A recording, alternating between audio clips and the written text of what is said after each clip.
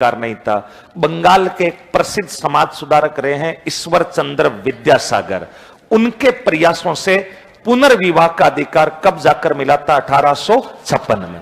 इस पूरी घटनाक्रम में यह बता रखा है कि एक गांव था, उस गांव में गरीब परिवार है और उसमें माता पिता और उनके दो बेटे थे।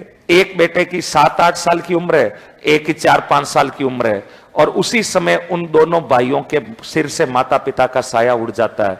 अब केवल घर में 2 भाई बचे हैं, मम्मी पापा की भी डेथ हो गई। बड़े की उम्र 7-8 साल है, छोटे की उम्र कितनी है? 4 और 5। बेहद गरीब स्थिति है, 5-10 बीघा जमीन है, उसमें जैसे तैसे करके खेती बाड़ी करके 2 टाइम की रोटी खा रहे। जैसे तैसे दोनों भाइयों ने संघर्ष किया, पढ़ना लिखना शुरू हुए और स्कूल जाते, लेकिन बड़े भाई को पढ़ाई लिखाई में कोई ज्यादा इंटरेस्ट था नहीं।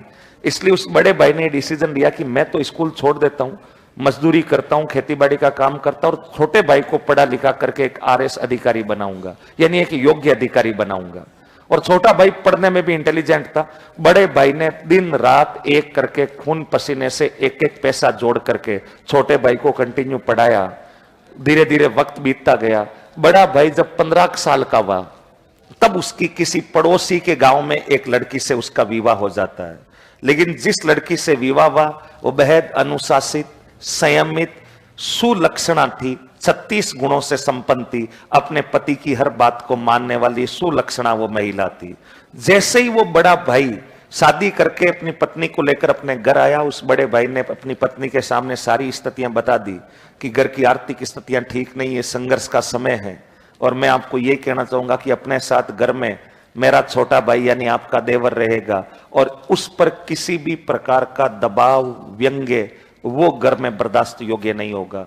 वो छोटा भाई पढ़ रहा है और मेरा सपना है कि इसको पढ़ करके एक काबिल और योग्य अधिकारी बनाऊं ताकि घर की सारी फाइनेंशियल प्रॉब्लम, आर्थिक जो तंगियां हैं वो सब कुछ दूर की जा सके। और अगर तुम घर में माहौल अच्छा रखोगी, उसको बिना फालतू किसी बात को लेके व्यंग्य नहीं करोगी, कटाक्ष नहीं करोगी, तो सब कुछ अच्छा रहेगा। बाकी घर के लालन पालन की जिम्मेदारी मेरे ऊपर है, मैं दिन रात मेहनत करूंगा। और वो महिला बेहद अनुशासित, सुलक्षणा थी। इसलिए उस महिला ने यह कहा कि आप निश्चिंत रहे, मेरी तरफ से कभी कोई प्रॉब्लम क्रिएट नहीं होगी। धीरे धीरे वक्त बीतता गया। शादी के 1-2 साल बीते, उस गांव में भीषण अकाल पड़ जाता है। जिस गांव में ये 3 लोगों का परिवार रह रहा, पति पत्नी और उसका छोटा भाई या उस महिला का देवर बोल दीजिए।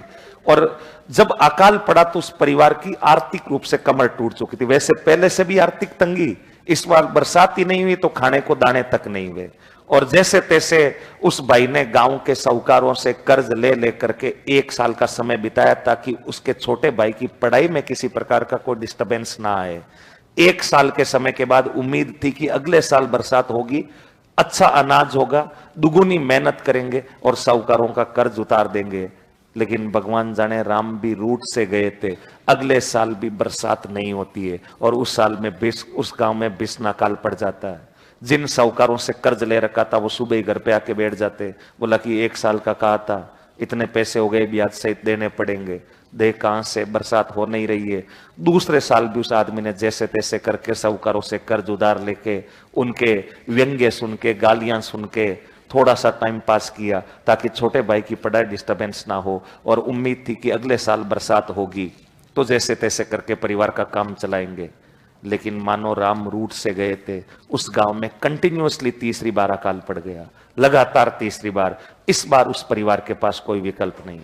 सुबह उठते ही जिन साहूकारों से पैसे ले रखे थे, 15-20 जने घर पे आके बैठ जाते, गालियां निकालते। और वो आदमी परेशान हो गया और उसने लास्ट में अपनी पत्नी को अपने पास बुलाया और कहा कि देख, इतना कर्जा हो गया 2 साल में और इनका ब्याज भी इतना ऊंचा है कि अगले साल बरसात हो भी गई तो अपने इनका कर्जा उतार नहीं पाएंगे, इसलिए कोई रास्ता नहीं है। मैं आज रात को ही गांव छोड़ करके प्रदेश जाऊंगा और प्रदेश में कोई जॉब करूंगा, कोई काम करूंगा और वहां से मैं पैसे इकट्ठे करके और वापस गांव आऊंगा, 1-2 साल में आ जाऊंगा और इन सब का कर्जा चुकाऊंगा। लेकिन जब मैं गांव छोड़ के जाऊंगा तो प्लीज तुम मेरे छोटे भाई का ध्यान रखना, उसकी पढ़ाई में कोई डिस्टर्बेंस नहीं आए। अगर पैसों की तंगी आए तो खुद मेहनत करना, मजदूरी करना, लेकिन छोटे भाई को पढ़ाना। और उस महिला पति की हर बात को मानती थी। उसने कहा कि नो प्रॉब्लम, आप जा सकते हैं, आपके छोटे भाई को किसी प्रकार की आर्थिक रूप से, पढ़ाई के रूप से कोई प्रॉब्लम्स नहीं आएगी, ना कोई कटाक्ष व्यंग्य होगा। आप निश्चिंत रह करके प्रदेश चल जाए। और उन साहूकारों के कर्ज से परेशान होकर के वो व्यक्ति रात के अंधेरे में गांव छोड़ करके चला जाता है और प्रदेश चला जाता है।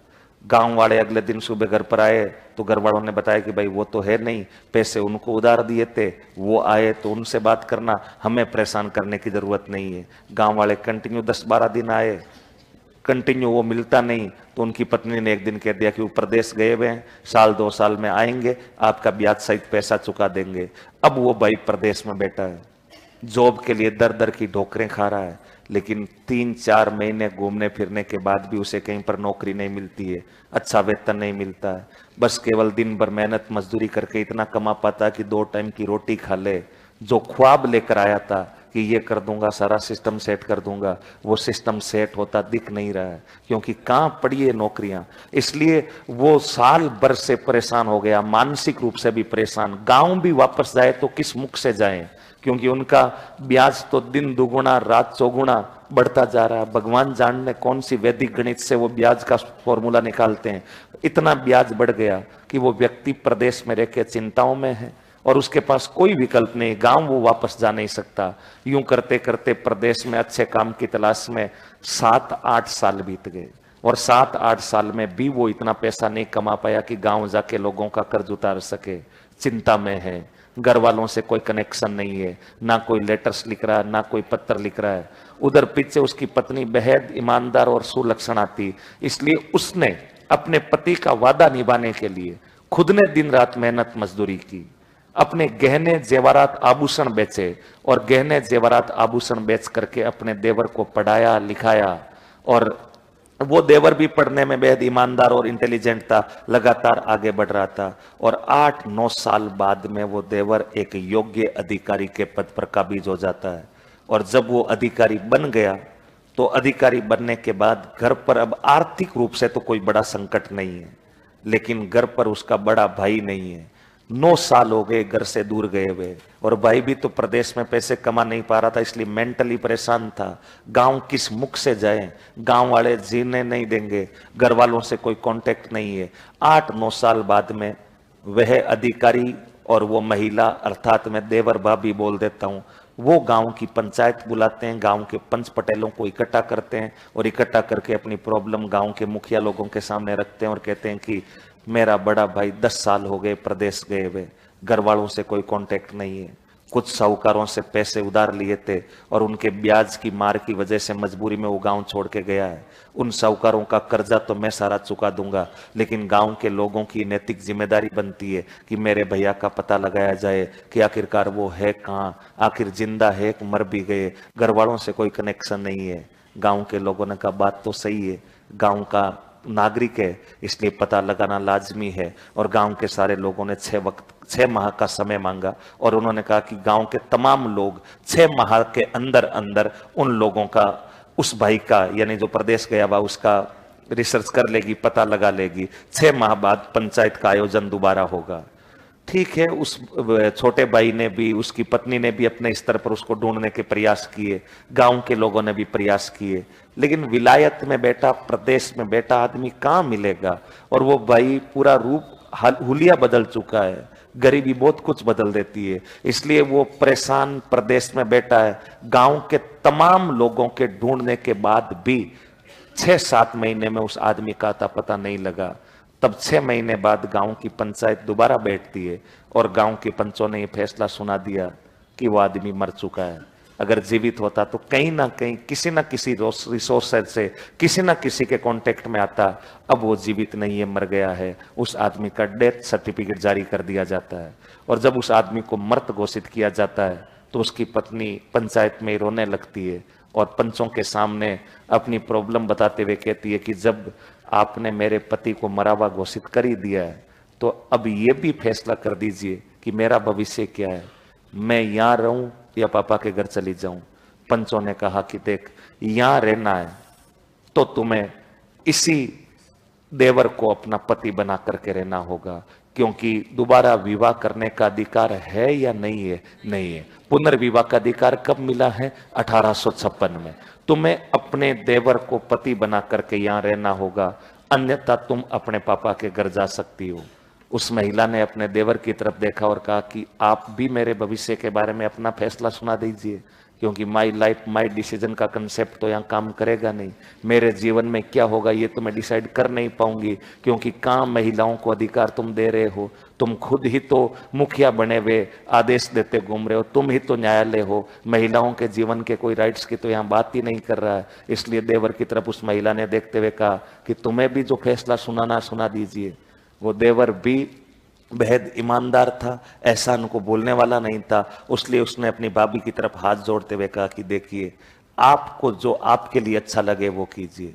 अगर तुम्हें लगता है कि मैं मेरे पापा के घर पर खुश रहूंगी तो कोई दिक्कत नहीं, आप पापा के घर चले जाएं, और मैं आपको वादा करता हूं कि आपको फाइनेंशियल कोई प्रॉब्लम नहीं आएगी। जब तक मैं जीऊंगा तुम्हें रुपए पैसों की कमी नहीं आएगी, क्योंकि मैं अच्छे से जानता हूं कि आज मैं जो कुछ भी हूं तुम्हारी और भैया की वजह से हूं। तुमने अपने गहने जेवरात बेच करके मुझे यहां तक पहुंचाया है, इसलिए तुम जहां खुश रहो तो पापा के घर रह सकती हो। और अगर तुम्हें लगता है कि नहीं पापा के घर पर प्रॉब्लम है तो तुम यहां रह लो, मैं तुम्हें पत्नी के रूप में अपनाने को तैयार हूं। मजबूरी है इसलिए अपनाना पड़ रहा है, लेकिन मैं तुम्हें वचन देता हूं कि मैं कोई दूसरा विवाह भी नहीं करूंगा और तुम यहां पर पत्नी बन के भी रह सकती हो। मजबूरी है इसलिए देवर भाभी को पति पत्नी बनना पड़ रहा है। अगर मजबूरी नहीं होती तो महिला, वो देवर भाभी बिना पति पत्नी बने भी वहां रह सकते थे। उस महिला ने कहा कि ठीक है, मैं मेरे पापा के घर जाना ही पसंद करूंगी, और वो महिला अपने पापा के घर चली जाती है। लेकिन दुर्भाग्य से उसके पापा भी कर्जे में डूबे हुए व्यक्ति थे, शराबी थे। एक दिन सांझ का समय है, वो लड़की अपने पिता के घर पर जैसे तैसे मन मार कर रह रही है। शाम का 5-6 बजे के समय उसका पिता घर के बाहर कमरे में बैठकर शराब पी रहे हैं, लड़की घर के अंदर कामकाज कर रही थी।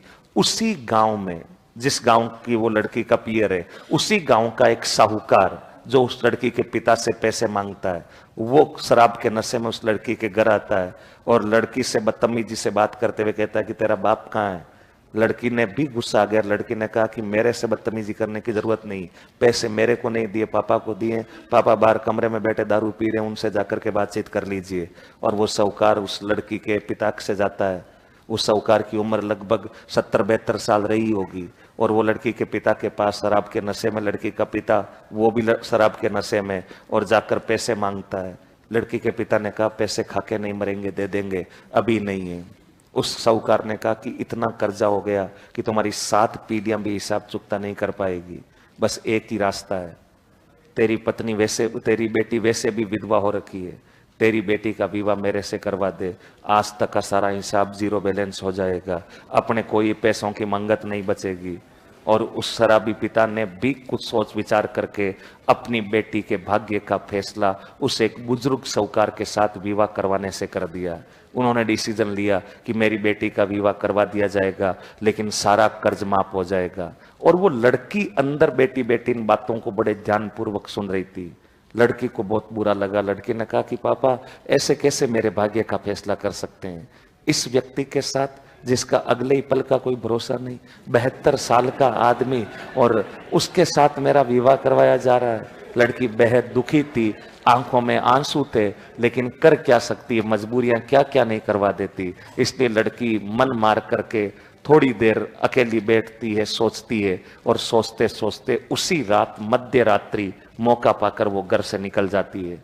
घर से निकल कर जाएं तो जाएं कहाँ, कोई ठिकाना नहीं। इसलिए वो अपने वापस ससुराल चली जाती है जहां उसका देवर रह रहा है, और हाथ जोड़कर अपने देवर से बोलती है कि मैं अपने पिता के घर नहीं रह सकती, मुझे यहीं रहना है। मेरा वहां विवाह एक बुजुर्ग शराबी व्यक्ति के साथ करवाया जा रहा है और मेरा जीवन नरक बना दिया जाएगा। इसलिए भले ही अपने देवर को वो हाथ जोड़ते हुए कह रही है कि मुझे यहाँ बाकी जीवन रहने की अनुमति मिल जाए, तुम अपना जीवन जिए, दूसरा विवाह करे, मुझे कोई प्रॉब्लम नहीं है, बस समाज के दिखावे के लिए, क्योंकि मुझे यहाँ रहने का अधिकार तभी मिलेगा जब आप ये बताएंगे कि ये मेरी चूड़ी पहन रखी मेरी पत्नी है। इसलिए भले ही दिखावे के लिए, लेकिन आप मुझे पत्नी के रूप में अपना लीजिए ताकि मैं बाकी जीवन यहाँ पर चैन से बिता सकूं। आप दूसरा विवाह कर लेना, मुझे कोई प्रॉब्लम नहीं है, समाज के सामने ये रिएक्ट करना ही होगा कि मैं आपकी पत्नी हूं।